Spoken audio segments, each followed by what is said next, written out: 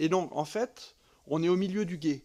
C'est-à-dire qu'on se retrouve dans une situation où, par rapport je dirais, à la situation d'Ariane 4, Ariane 5, il y a une vraie concurrence américaine qui est très très forte, une pression sur les prix et un système qui est totalement arsenalisé.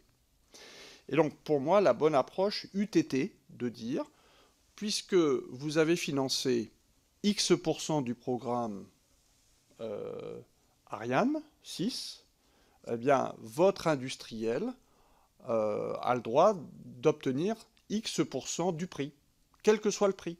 Comme ça, tout le monde est confronté à la même pression compétitive et concurrentielle du marché, et tout le monde s'astreint à faire des efforts de compétitivité.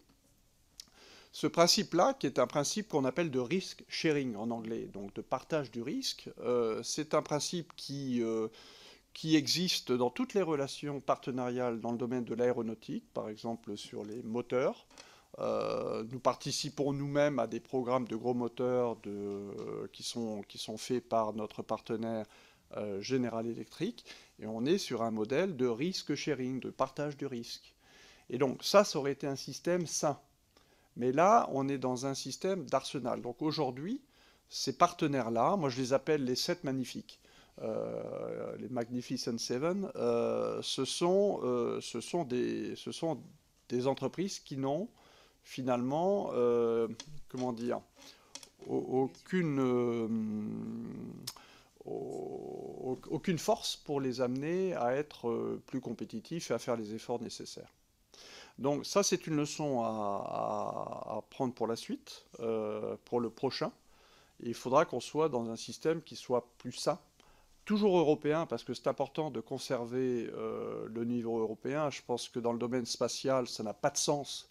Et d'ailleurs, c'est un petit peu le souci qu'on voit aujourd'hui, parce qu'on sent des forces centrifuges, hein, avec l'Italie d'un côté, l'Allemagne de l'autre.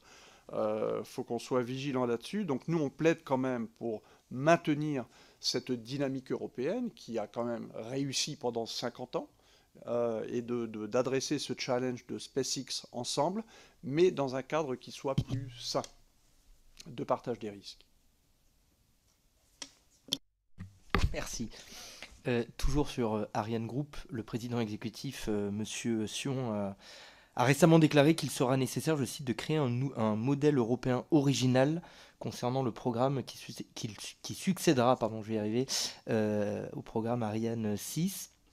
Concrètement, quel sera ce nouveau modèle européen original?